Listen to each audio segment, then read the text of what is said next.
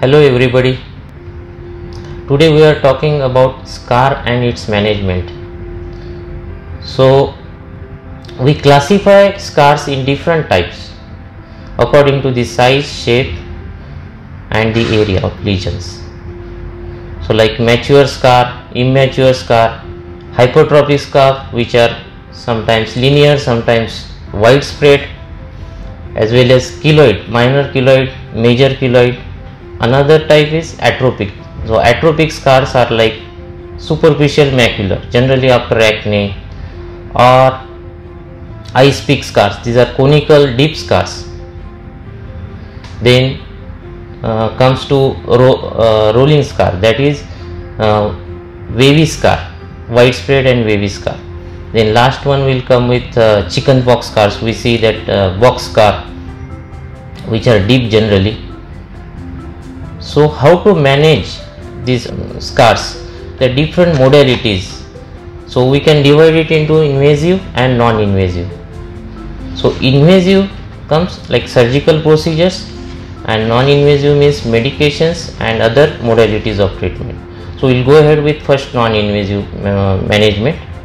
So to start with, early scars which are not long standing, we can manage with medications in the form of topical steroid, then tretinoin, then 5-fluorouracil, then multiple things like even vitamins A, E, C can also be utilized for that.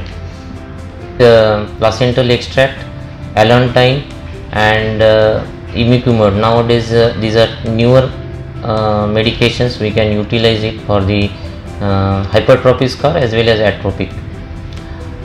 Other methods can be used as a manual massage, as well as silicone gel sheets. We can utilize pressure garments, then compression dressing can also be done. Most commonly we are utilizing intralesional steroid injection.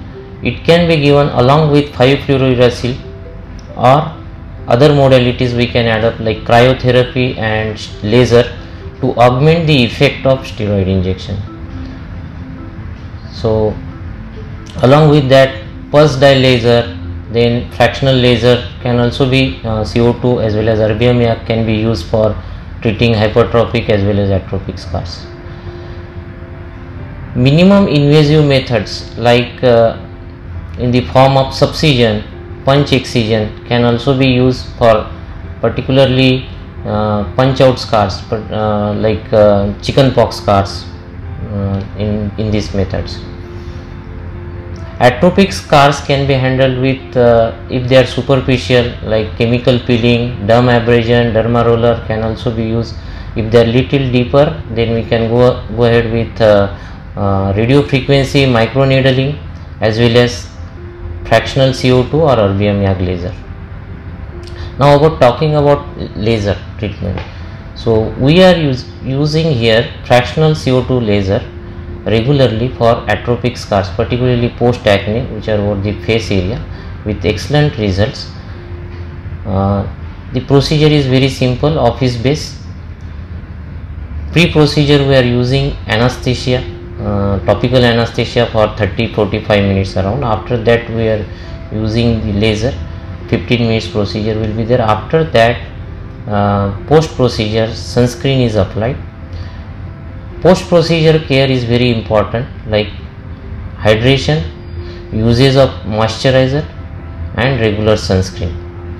Minimum side effects can be there with redness or dyspigmentation of skin, that is temporary and can be managed with topical medications in the form of some bleaching creams in between.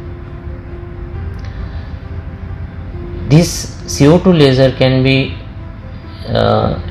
used along with or adjunct to PRP also, so that to augment the effect of scarring, to reduce the effect of scarring, we can add up PRP, platelet rich plasma. After finishing the laser session, within 15 to 20 minutes we can put massage plasma extract over the lesions.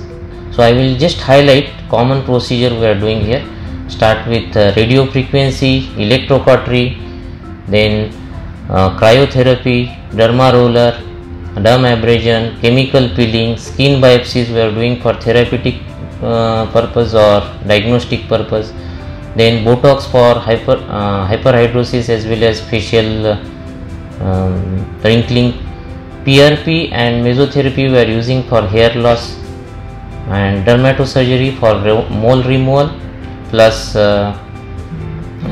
even for corn removal we are doing regularly.